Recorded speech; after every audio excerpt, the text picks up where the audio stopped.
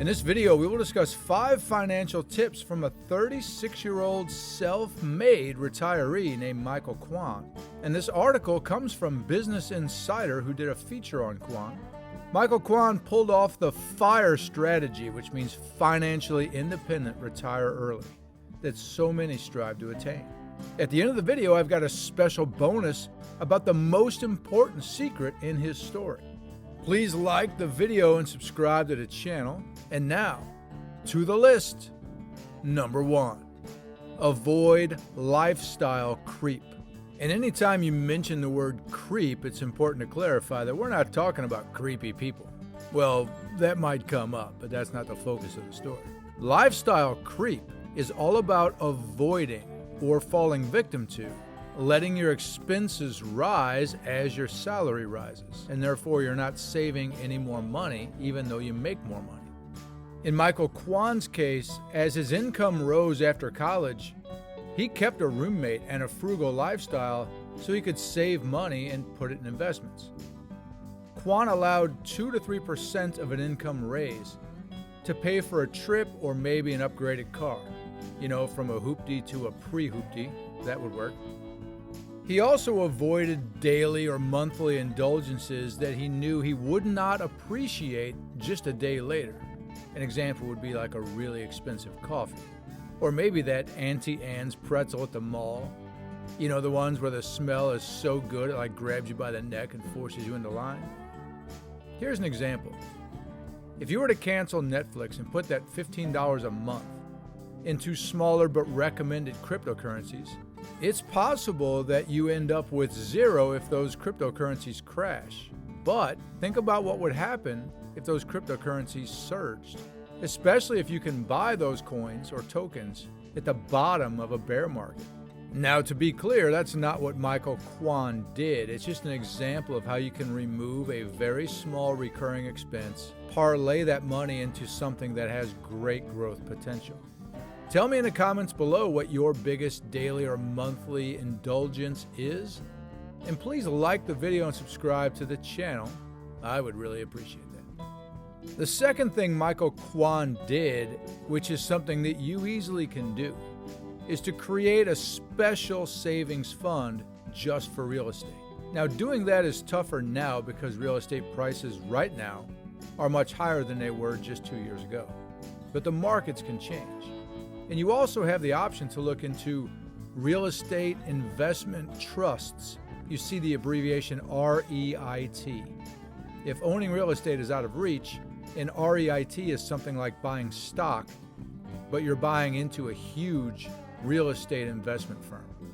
Real estate is an actual tangible asset, and it will always have value. It will never go to zero. And over long periods of time, real estate enjoys great appreciation. Unlike that gooey, fabulous mall pretzel that turns your $7 into tighter fitting pants. Number 3, Kwan constantly read personal finance books to learn and maintain the mindset. Focus on that second part. We all can find short-term inspiration. It's easy to get fired up for something for a week, but it can fade as quickly as a politician's promises. Kwan would keep reading books like that to maintain the mindset. Another example of that would be to leave like a muscle and fitness magazine on the coffee table to ward off the munchies like garlic does to a vampire.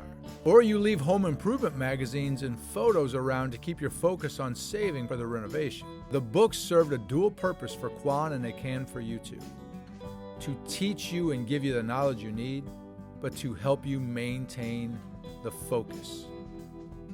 Number 4, Kwan purchased and owned assets along with real estate that over a long term, like 20 years or more, are almost guaranteed to appreciate.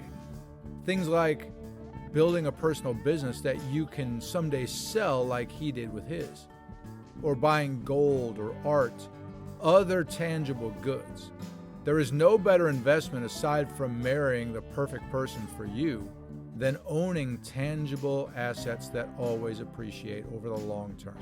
Number 5, Kwan automated the money being sent to his savings and investments accounts.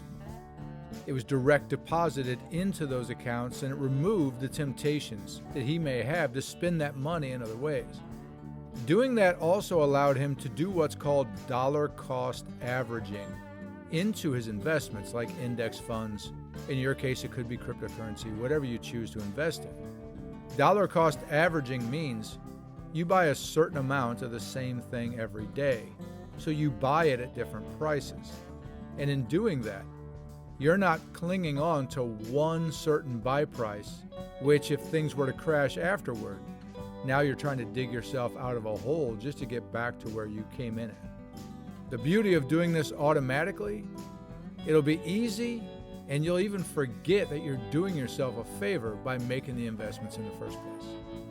Now here's that bonus tip.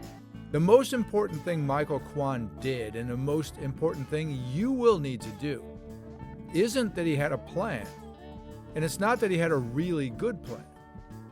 But he became a millionaire for one reason, is he had the discipline to stick with the plan. And you'll need that too. We all do. Please like the video and subscribe to the channel. And see that video previewed on your screen right now? I hand chose that one for you. Click on that for me, please. Thanks for watching.